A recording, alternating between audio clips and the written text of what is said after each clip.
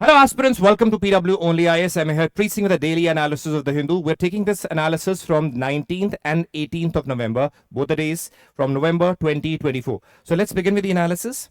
So this is a QR code where you can basically find the PDF which I'm basically dealing or teaching you along with the other material that is required for your preparation.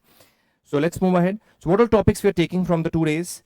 First, quick commerce, page 13 from 18th of November. Growing epidemic diabetes, page 8 from the 18th of November. Manipur and the article 356 from today's newspaper, that is 19th. Then we have the Kalinga Sarpa, India test hypersonic missile, Andaman and Nicobar tuna export. We see these three are from the 18th, and from the 19th, PM Internship Scheme and the Falcon 9 from today's newspaper. So let's begin with today's analysis. The main topics. First, quick commerce, page 13 from the 18th, along with it, topic 1, GS3. So the topic that, or the question that comes into our mind is, what do you mean by quick commerce? And what are the dimensions associated with the concept of quick commerce? Let's see. Okay, if you want to understand something, you would have seen that earlier you used to go to the markets to buy certain products. Let us say you're going to buy, let us say Maggie. Then you had certain other e-commerce websites. Let us say, assumably, you use Amazon, and over there you order Maggie. Let us say it will take 2-3 days. You might be getting some discount also. That is an electronic commerce website through which you can basically buy. Yeah, that means buying certain goods or let us say products via some website online platform. That is e-commerce. Example, Amazon or Flipkart. Now, on the other hand, you will be realizing there are certain other applications like Zepto, Blinkit. Do you realize the moment you order something, in next 15 minutes, 10 minutes, you get the product. Now, these are quick commerce applications or website which have basically changed the way you shop. That means they are on demand, obviously, like other websites. But the thing is, the speed with this shopping is being done. Now, can you see the convenience that is there? Let us say it is 1 a.m. and you want to buy some chips, or let us say some junk food, let us assume, though that is not healthy, but still. And you order it, within next 10 minutes, it is there at your doorstep. So these are changing the way in which you shop or the things that you procure. These quick commerce sites are, that is why in the relevance in today's market. Please understand. Quick commerce is a next step to the evolution of e-commerce, because earlier Amazon and Flipkart, they're still there. But you'll realize those small products that we buy, that are being delivered at a very fast pace. Next time we'll see that even the larger products will with time will be delivered, like even a television, even a computer setup, which used to take, let us say, 4, 5, 1 week on Amazon and Flipkart, might be delivered in few hours. So e-commerce is a quicker version of the quick commerce is basically the quicker version of the e-commerce or the electronic commerce. As the name suggests, it is all about speed. Speed. Quick commerce generally means consumers expect delivery within 1 hour of placing an order. Now, please understand, it may seem like a very short timeline, but quick commerce is usually reserved for small orders, as I have already said. Rather than weekly grocery shops, consumers might purchase products as they unexpectedly ran out of ingredients which they need for making certain products, or dinner, let us say, or breakfast, or let us say for consumption also. Now, to get orders out as soon as possible, retailers rely on online ordering system, local warehouse, and delivery team on 2 wheels. So that is why you realize that they have 2-wheelers like Zepto and all. They just or Blinkit for that matter. They deliver the products as soon as possible. Now, this is the transitionary commerce net setup that is basically in which India is basically evolving. The reason behind it is that we have a large consumer base.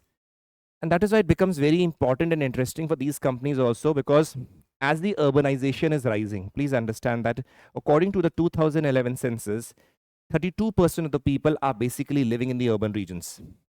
But according to Government of India, by 2050, more than 60% people will be living in the urban regions. The urban region are the basic targeted audience who basically staying in large flats, societies and all. It is difficult to move out of those societies at night, or let us say buy products, because depending upon the place where one is situated, You want quicker delivery to your household, those small grocery stuff. So that is being delivered within hours, or let us say 15 minutes. That is what quick commerce is all about, a quicker version or very fast version of the e-commerce websites. So as we move ahead, you see the first generation commerce, if we see, you will be realizing that you used to basically go to those markets to buy the products. That is self-service. Then all the products are available when you go to the market. You might be going through a privately owned car or a vehicle or a two-wheeler, whatever be the case. Those stores are there where you basically go and buy the products. Now, when you see a change or revolution with respect to way the shopping was done, transitioned when the e-commerce websites come, which is basically known as the second generation of the commerce or the way we buy products. So this is first generation, which is again commerce or simply commerce. Second generation is e-commerce. That means like Flipkart or Amazon, basically, where you see 2-3 days delivery, main products are available. They will be having warehouses in various places through which basically an order comes there to that warehouse, and then they're delivered to the towns or whichever place it has to be delivered. Third generation is the e-commerce, which is basically the speed. It is taking less than an hour of time. That is what. Please remember, if you want to define it also based on speed, it is generally assumed a product being delivered less than 1 hour comes under the category of the quick commerce. Small selection, because you cannot have large, you cannot order huge computers right now, because again testing is required, assembly is required, they have to be checked and all those stuff. So let us say some aloo bhujia, or let us say packet of Haldiram, or let us say some ice cream. These things which are small commodities can be very well ordered and are very closely available to the person's location also. So it becomes very easy. Small selection available, two-wheeler vehicle, so that it takes lesser time. Local storehouse or warehouse are the ones who are connected to them. And then often single-handed person household, and speed matters. So this is how the transition has taken place with respect to how we shop from the normal traditional commerce to the e-commerce to next, as we move ahead, is the commerce, or that is quick commerce. Clear? Now see, huge potential is there. Fiscal year 24, quick commerce was, if you see right now, it is worth close to $5 billion. And now, but the TAM is total addressable market. That means to what market we can address right now in 2024 is potential of $59 billion. From what we have right now, 5 billion, 59 billion. So you can imagine this potential will keep on rising with time, because we'll be seeing the urbanization also rising with time. It is expected to grow at 60%. That means 3 times the rate at which the e-commerce is growing. E-commerce right now is growing at an approximate percentage of year-on-year basis of 18 to 20%. But on the other hand, if you see the quick commerce, it is growing at a rate of 60%. That means 3 times that of e-commerce. So it is again a huge potential. That is where new players are also coming.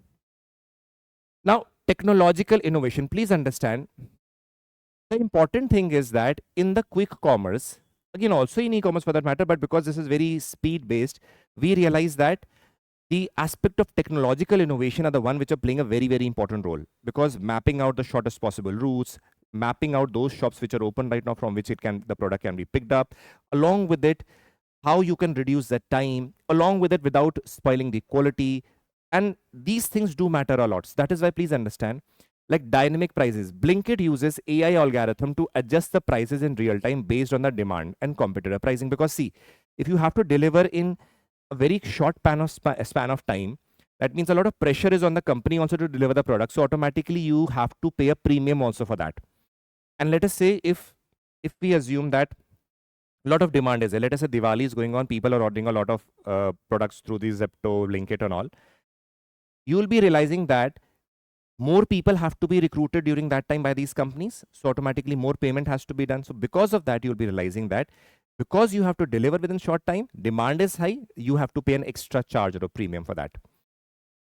Dynamic widgets. Swiggy Instamart's dynamic UI rendering allows for real-time updates without any new app release.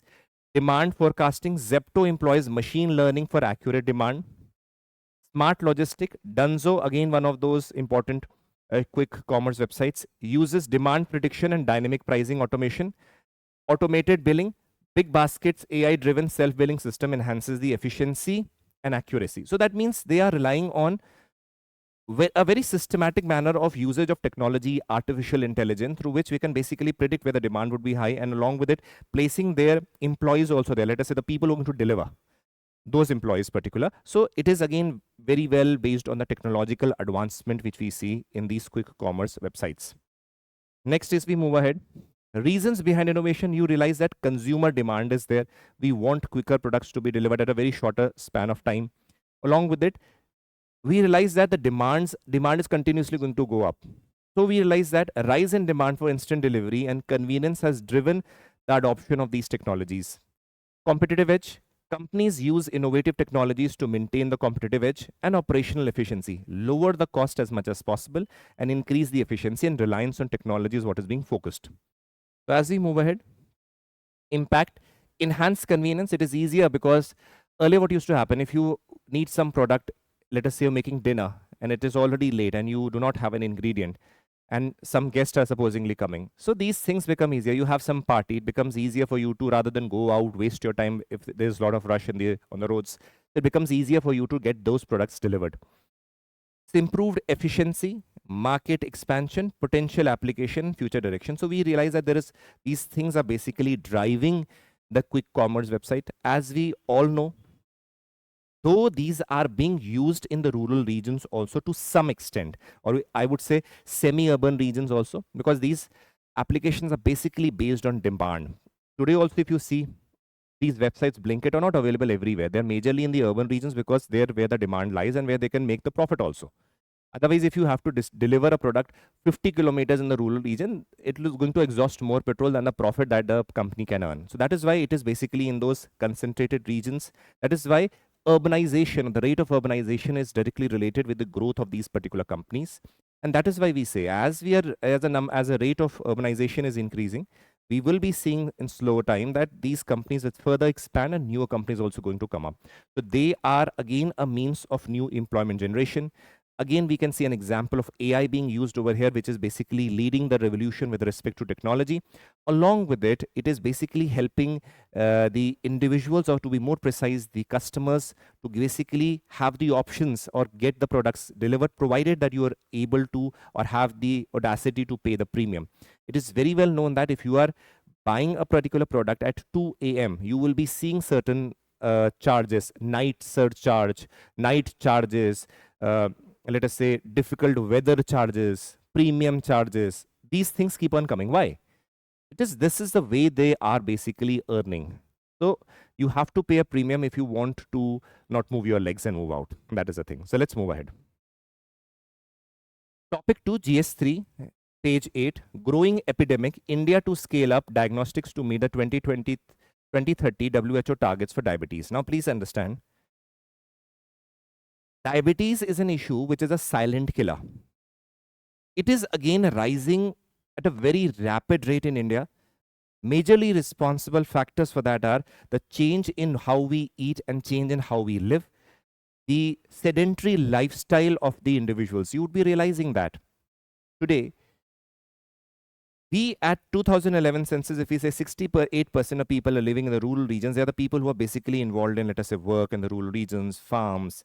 So we see manual labor activities or movement of a person from one place to another is a very predominant factor or nature of the Indian society. But when you go to the urban regions, people enter the offices, they are stagnant for 10, 12, 13 hours, not moving from their place. Now, what that basically results in, you are consuming food, consuming chocolates, all sort of sources, and then what happens? No physical activity. And we do not control what we eat. So what basically it results in is that you tend to have issues. One of them are majorly diabetes also. Now, once you have diabetes, then you have tens of other escalated issues also in your body. So that is why we are realizing that it is one of the major concerns that India is currently facing. Now, if you see here, fasting plasma glucose test, how you test basically whether you are diabetic or not. The fasting plasma glucose test is the simplest and the fastest way to measure the blood glucose and diagnose diabetics. Fasting means that you have had nothing to eat or drink except water for 8 to 12 hours before the test. A fasting blood sugar level from 100 to 125 mg per dl basically is considered pre-diabetics. If it is 126 or higher, or the two separate tests, you have diabetes. So this is again a measure of basically whether you are diabetic or not. This is a test just to have a brief idea. Now, as we move ahead, please understand that the article that we see in the newspaper editorial, we saw there is a rapid rise in the cases of diabetes. Why? Diabetic cases soar worldwide. If you see overall, the global number of people with diabetes has skyrocketed in the recent decades from approximately 200 million in 1990. The number has gone to over 800 million in 2022. You can just imagine 800 million people are basically suffering from diabetes. Diabetes among the adults, the global prevalence of diabetes in adult is also doubled, rising from 7% to 14% between 1990 to 2002 as reported in the study by the Lancet. India leads in diabetes cases. Now, this is what is a point of concern. India holds the highest number of people with diabetes globally with 202 million individual. Can you imagine, out of 800 million people,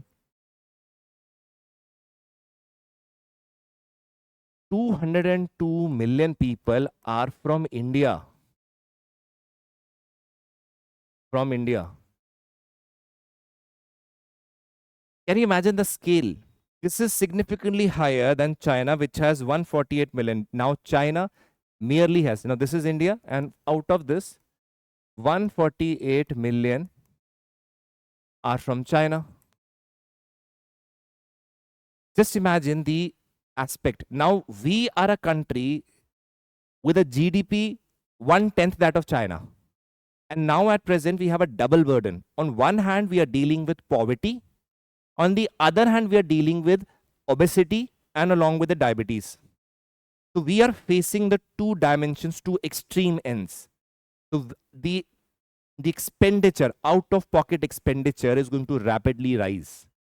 And this is one of the things. So that means we are going an extreme. Either the country is facing a lot of malnutrition. We realize that 52% of the Indians, or the children in part, 52% of the children are malnourished in India.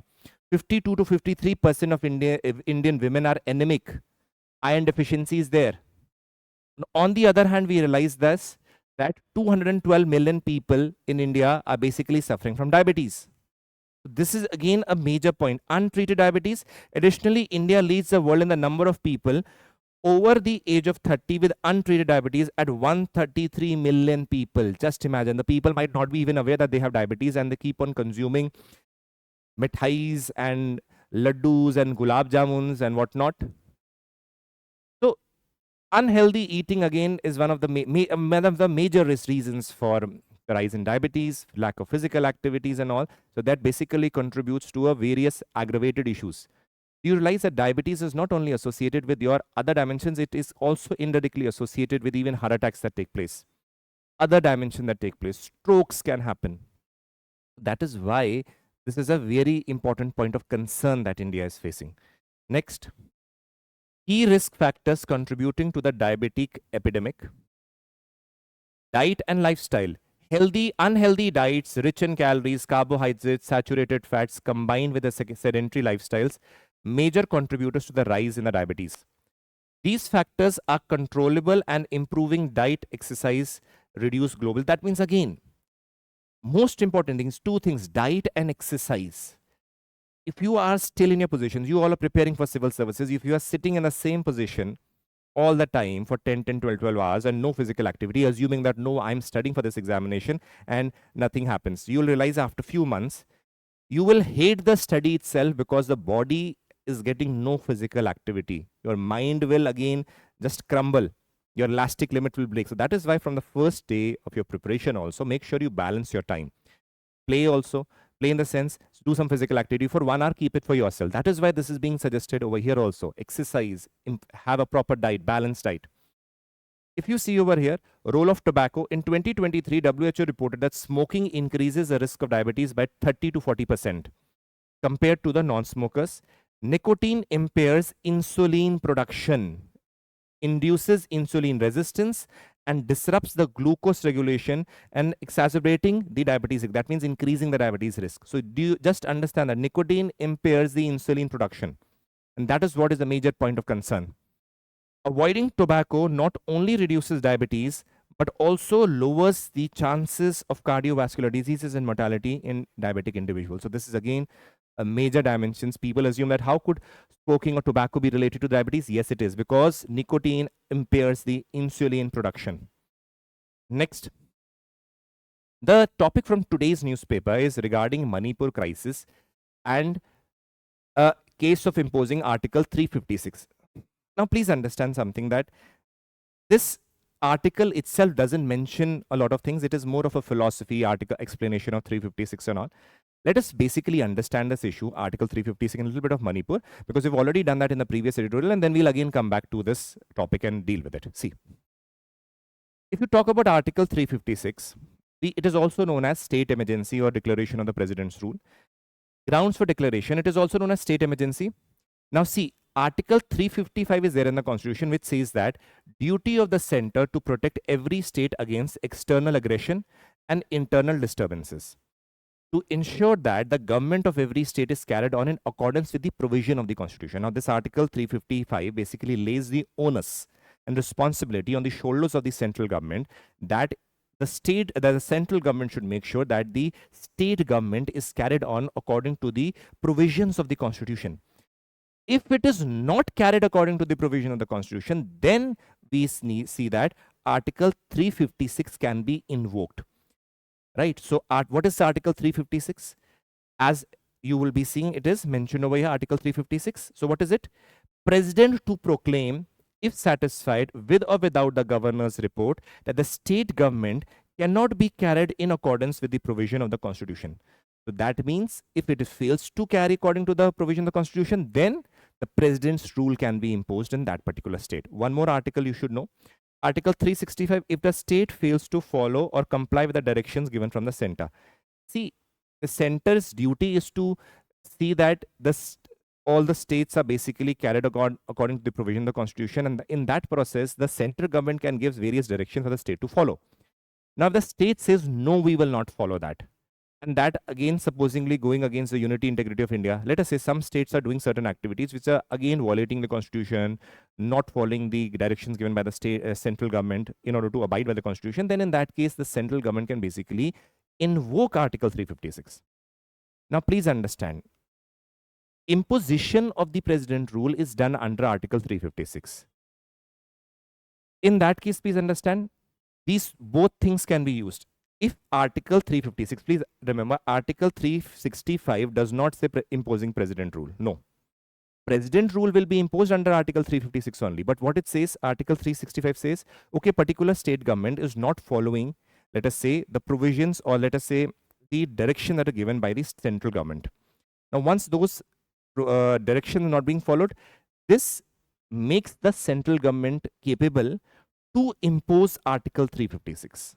Similarly, in Article 355 also, the 355 does not itself says imposition of president rule. But if the central government observes that the provision of Constitution are not being followed by the state government, then Article 356 is imposed. So please, 356 is imposed. So Article 356 is the one under which a president's rule is imposed.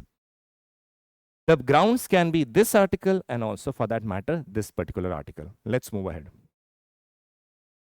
Parliament's approval. Simple majority in both houses may be approved by both the houses within 2 months of such issue.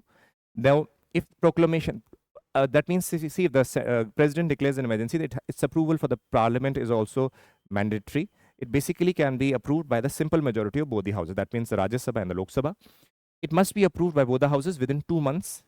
If the proclamation of emergency is issued at any time and the Lok Sabha has been dissolved, that means right now the Lok Sabha is dissolved. In that case, the dissolution of the Lok Sabha takes place during the period of 2 months without approval of the proclamation. The proclamation survives until 30 days from the sitting of the Lok Sabha after its reconstitution. So that means when the Lok Sabha again reconstitutes, that means supposingly the Lok Sabha is dissolved. Now, if the Lok Sabha reconstitutes within 30 days of its reconstitution, again it has to be what?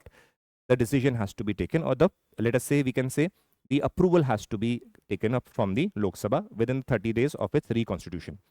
Now, provided that the Rajya Sabha has meanwhile approved it. Now, please see, supposingly we saw that with emergency, a state emergency, or the president's rule has been declared in a particular state by the President of India. Now Lok Sabha is dissolved because Rajya Sabha is a permanent house. It continues, but Lok Sabha is based on the direct election by the people. If it is dissolved, that no money is there. What will happen once again the election takes place, or let us say again the Lok Sabha is reconstituted? Now, because supposedly Rajya Sabha has given the permission, agreed. Now Lok Sabha, when it reconstitutes, within the 30 days of the reconstitution, the Lok Sabha has to approve. Otherwise, again the president rule will lapse over there. Okay, let's move ahead. Duration 6 months. However, it can be extended for a maximum period of 3 years with parliamentary approval every 6 months. 44th Amendment. Beyond 1 year, the president rule can be extended by 6 months at a time only if the following conditions are met. First, if a national emergency is in operation in whole India or a part of area. Or second, if election commission certifies that the election cannot be held due to certain difficulties. So these are the things with respect to duration. Judicial review, 38th Amendment. The president's satisfaction under Article 356 made it immune from the judicial review. 44th Amendment, above provision was deleted. So again, this is not present over here. Revocation, but please remember, it is very well made by the Supreme Court has very well categorized that the declaration of the president's rule cannot be arbitrary. It is absolutely subject to the judicial review. You would have seen in case of president's rule in the case of Uttarakhand being declared a few years back. For that matter, in case of northeastern regions, Manipur also, various KPILs are filed that earlier on, because maximum number of times president rule has been basically declared in the state of Manipur. So it is open to the judicial review, provided that the president hasn't basically used an arbitrary means in order to declare a president's rule. So that is why it can be even the order of the president can also be reversed in this case if the Supreme Court basically finds that it is arbitrary in nature. Revocation, it may be revoked by the president at any time by a subsequent proclamation. Such a proclamation does not require parliamentary approval. Imposition, first, the president's rule was imposed in Punjab in 1951, and we have seen that large number of states have experienced the president's rule and maximum number of times in Manipur. Now comes the issue with respect to northeastern region. Over here, we're talking about Manipur. When we see Manipur, please understand that this is the state of Manipur. This is again a region, the valley region. This valley region is basically Meitei dominated, the Meitei community.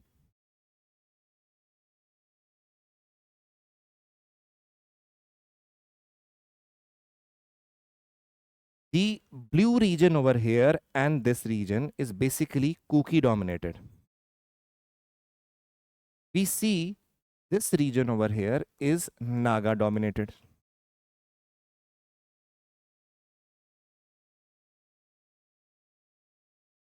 So we right now very well know that there is a conflict that is basically going on between Meitei and Kuki. Nagas, again, we saw that are also recently it was observed in a report by the Intelligence Bureau that they are basically siding with certain cases Kukis, and that is why which is creating a conflict and disturbances with respect to their identity. Now, the conflict between all these tribal, let us say semi-tribal or indigenous communities, because not all of them are scheduled tribes also. So we see that the conflict between these communities are basically creating a law and order situations in the state of Manipur.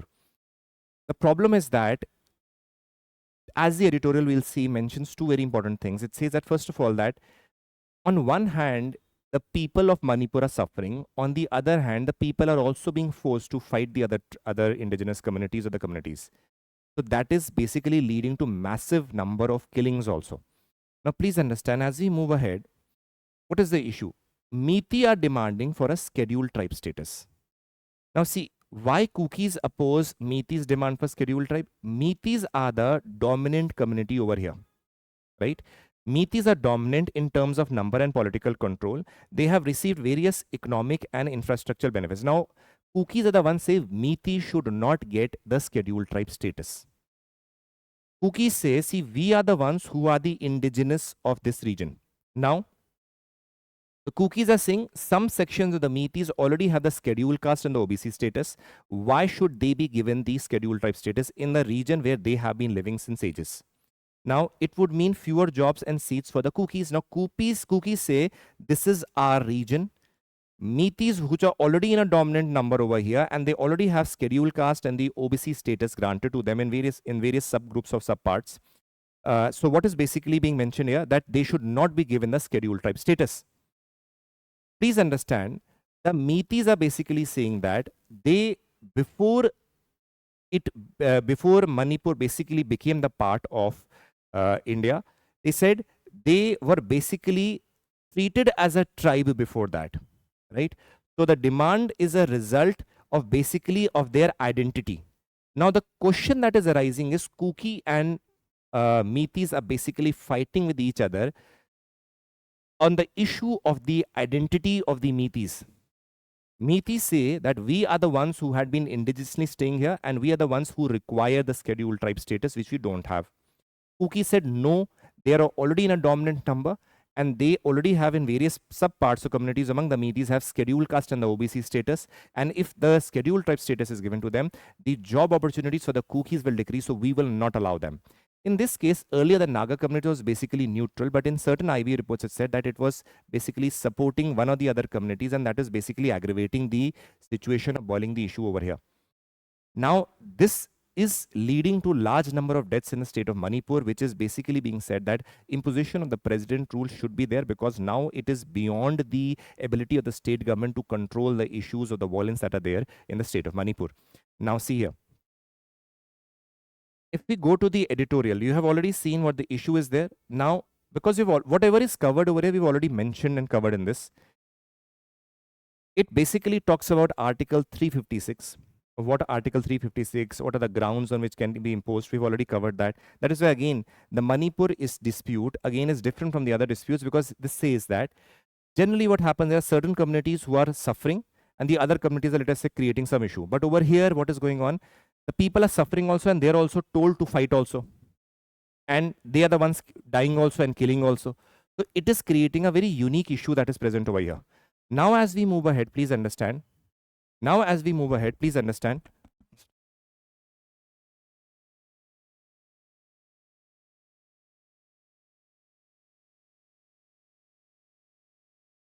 Now, as we move ahead, we'll be realizing that ordinary people are the ones who are suffering. Along with it, we see that they are the ones who are basically killing also. So it is a very, very, very unique situation that is going on.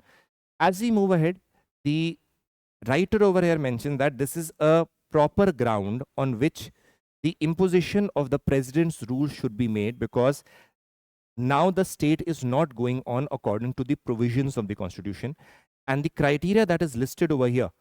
That means, see over here, there are two things. First, Article 355 says if the state is carried on, it is not carried out according to the provisions. So there is already internal disturbances.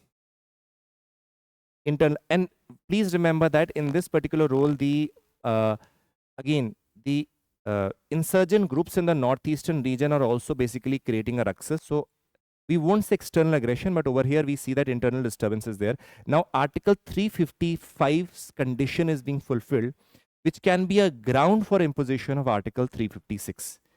On the other hand, one more thing is that the central government has very repeatedly mentioned the state government to take care of the situation, resolve the issue. Again, that issue is also not being resolved.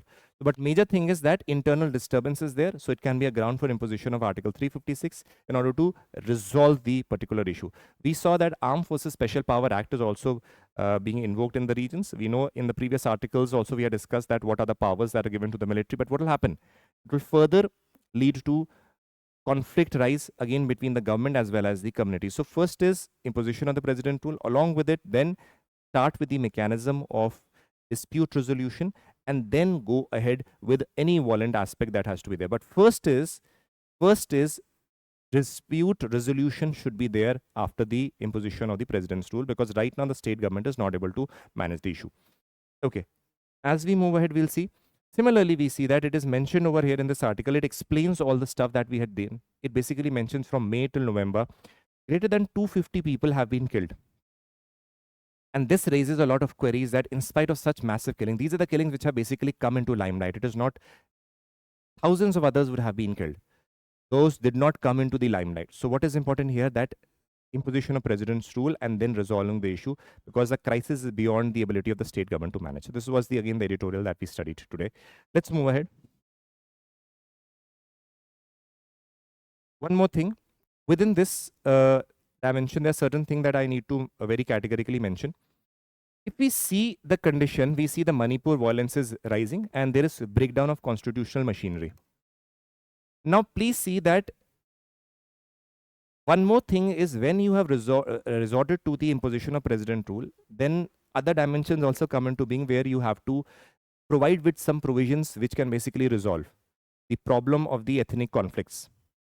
We basically see that there are various provisions in the constitution which give a separate status to the states. We saw Article 370 being there, though because it was against the integrity of India, so that was why it had to be removed. But there are other states under Article 371 A, B, C, D, E, F, G, H, where certain provisions have been given to them with respect to their identity and their development. Like for example, we have Sikkim under Article 370F, where to protect the rights of the different sections of the society, this special provision has been created for them, where we basically see that under the Representation of People Act 1951 was amended to increase the representation of the 𝐂𝐇𝐀𝐄𝐶 community, so that an inclusive development of the region and as well as inclusive participation of the people of Sikkim can take place. So certain provisions, special provisions can be made in the constitution in order to have a united and integrated India.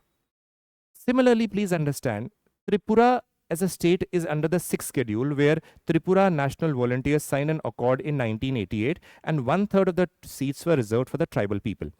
Now, do you realize that if we see in case of the Manipur, Manipur does not come under the 6th schedule state. It is only under 371C, not the 6th schedule. So again, certain amendments can be made with respect to that inclusion in the 6th schedule, along with it meeting a demand where both the parties, all the parties concerned, whether Meetis, Kuchis and the Nagas, are basically parties of the discussion, and the resolution can take place. Now, this is again a measure through which a proper due course of action can be followed and a resolution can come place. But again, all the stakeholders, including the government and all the parties concerned in this violence, should be a party and resolve this particular issue. So as we move ahead, let's see. With respect to the prelims topics, topic 1 GS3, Kalinga will be the scientific name for Kalinga Sarpa. Okay, now I'm going to show you the snake. Hopefully it isn't it sounds or sees or appears to be little what we say, to be something that can frighten you, but again, this is a part of our biodiversity, right?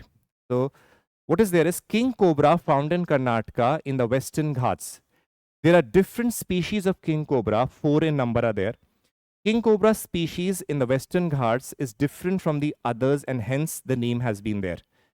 Rest of the cobras found in India display characteristics of the Ophiophagus hana, while this one is known as Ophiophagus kalinga. Again, a special king cobra of the Karnataka Western Ghats. That is why it is being found. So you should be knowing, it can be asked, a new variety of species kalinga is associated with what? It's cobra, and where? Karnataka in the Western Ghats region. Now, GS2, topic 2, India conducts the historic test of the hypersonic missile with a range of 1500 kilometers. Please understand what is hypersonic missile. When we study, a hypersonic missile is a weapon which flies at least at a speed of Mach 5. Mach 5 means, that means 5 times the speed of sound and is maneuverable. What does mean? After it has flown, you can even change the direction and the course. Sitting at a place, you can control it from the control center.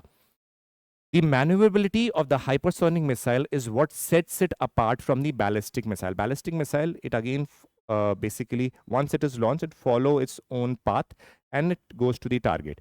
In case of the hypersonic missile, you can even change the direction on the target while it is in the course. Thus, unlike the ballistic missiles, hypersonic missiles do not follow a ballistic trajectory and be maneuvered to the intended target. Next, see, there are certain types or categories of missile based on the speed if we see. There are subsonic missiles. Now these missiles travels slower than the sound, known as subsonic. Example, US Harpoon anti-ship missile, or for that matter, Prithvi short-range missile, ballistic missile in India. Supersonic missiles are those missiles which travel faster than the speed of sound, that is Mach 1, but less than Mach 5 is supersonic. So that means they travel faster than the speed of sound, but less than Mach 5, because above Mach 5 we realize that is hypersonic missiles. So hypersonic missile, the term hypersonic means the speed of missile should be at least 5 times the speed of sound. Once the criteria is met, then that case it is a hypersonic missile. Now examples, China's DFZF, again Russia's Avangard. So these are basically very important from the perspective of strategic as well as the defense deterrence that is created for the other countries, because it is moving at such a fast speed, is again a means of strengthening our defense and security for India. So that means a great advantage that India will have in the future. Next, Center aims to make Andaman and Nicobar Islands Tuna Export Hub. Topic 3 GS3, India exported tuna worth 87.96 million in 23-24. That is itself a very important aspect from the aspect of, let us say, import and earning foreign exchange reserves also. So see here, this is tuna fish. Now tuna belongs to Thunus genus of the ocean dwelling ray finned bony fish. It is streamlined body adapted to the speed. So just a little bit, because it is mentioned tuna, so we are studying that. They inhabit both the tropical and the temperate waters and are known for their long distance migration. Main species are spigjab, abacore, yellowfin, biggie, bluefin. So these are various types of tuna fishes that are available there. Tuna, opa and mackerel sharks are the only fish that can maintain a body temperature higher than the surrounding water. So this is something important. This is also important, right? Tunas are the large pelagic species like bilge shark that are immense economic importance. So please understand one more thing. It is also very important from the perspective of the nutrition, as we see that we see a lot of companies basically coming up with products like nutritional products and all. In that case, tuna is in rising demand with respect to India as well as the foreign industries, which we see.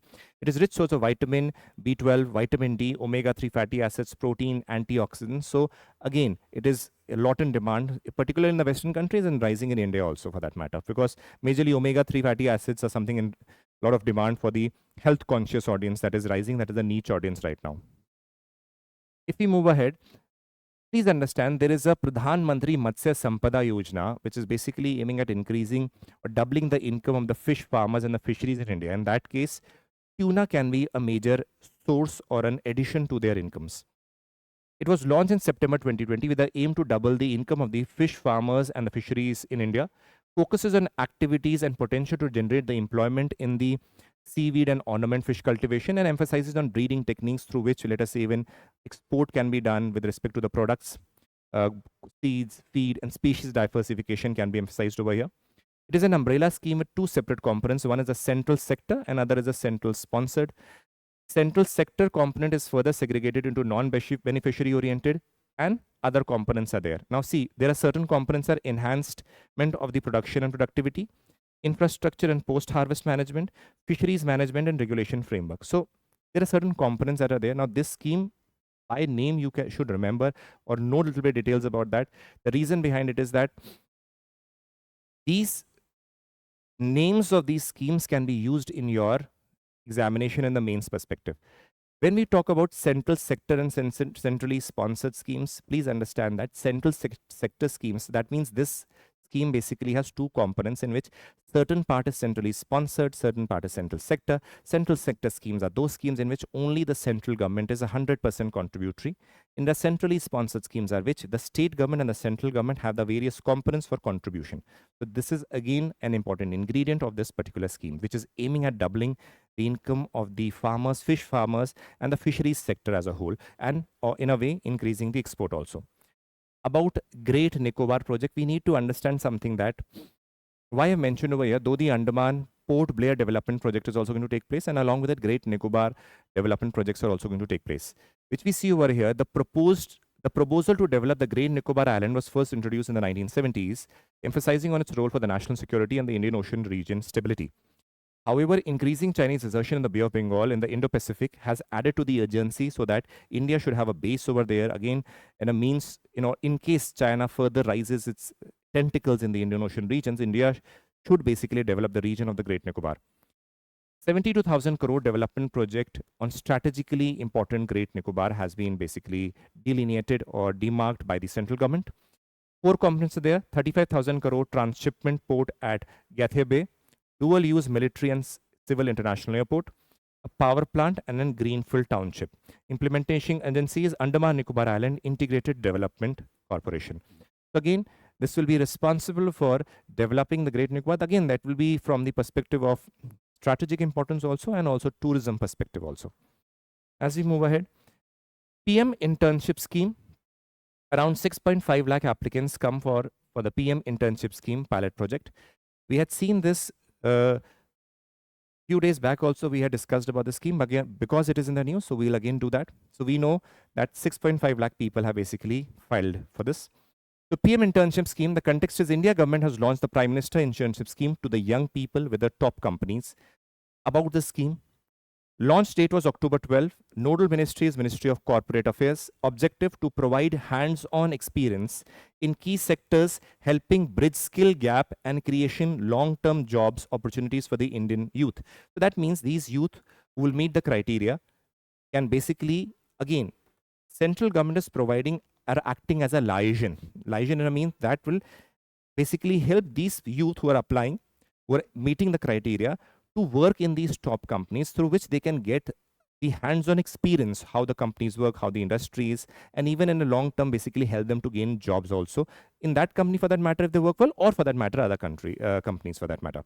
So this is again a way. Eligibility 21 to 24 years, educational high school diploma or undergraduate degree, family income less than 8 lakh annually, not enrolled in government skill or apprentice yojana. That means any other government schemes, or let us say apprentice program, you have not been enrolled. In that case, this is also a criteria. No family members with permanent government jobs.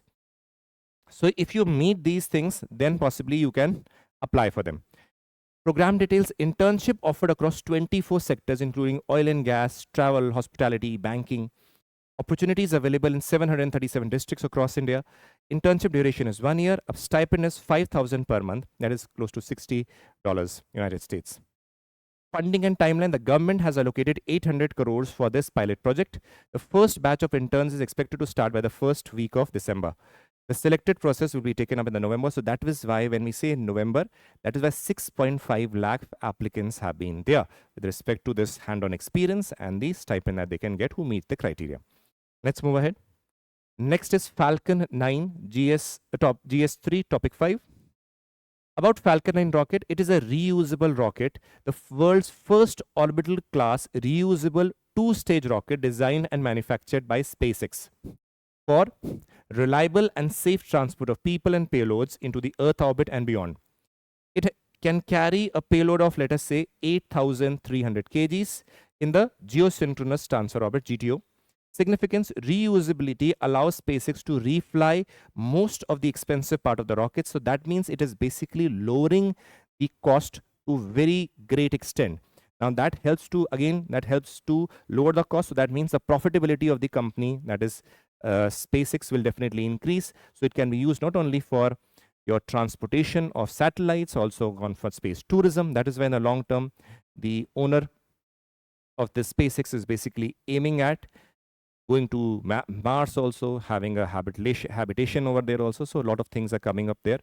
So SpaceX is basically has revolutionized the space industry, where a very high level of technology, artificial intelligence has been basically used. So reusability of the rockets have been something that even NASA could not do.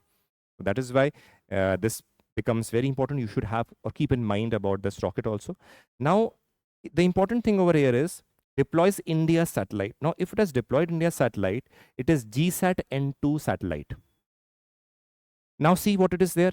You would be asking why is it that ISRO did not launch it? Please understand, it is not feasible that every second day ISRO will launch a satellite into the space.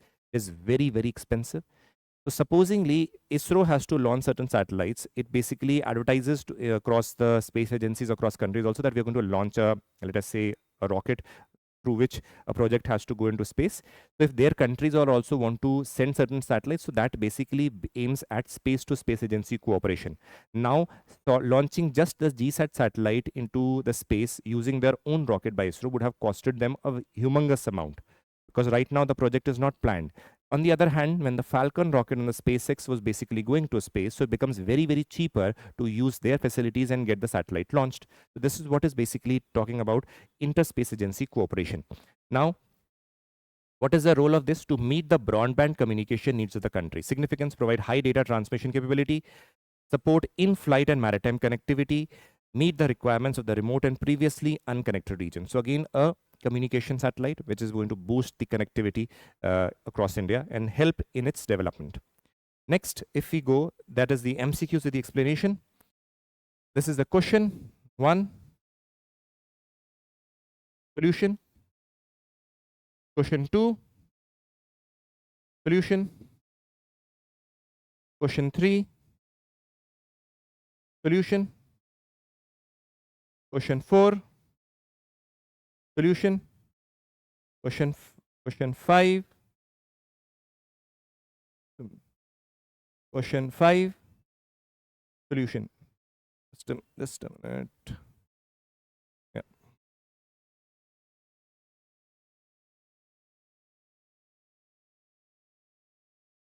Yeah, thank you. So this was a discussion from the today's and the yesterday's newspaper analysis. Hope you liked it and learned from it. Take care and Jai Hind.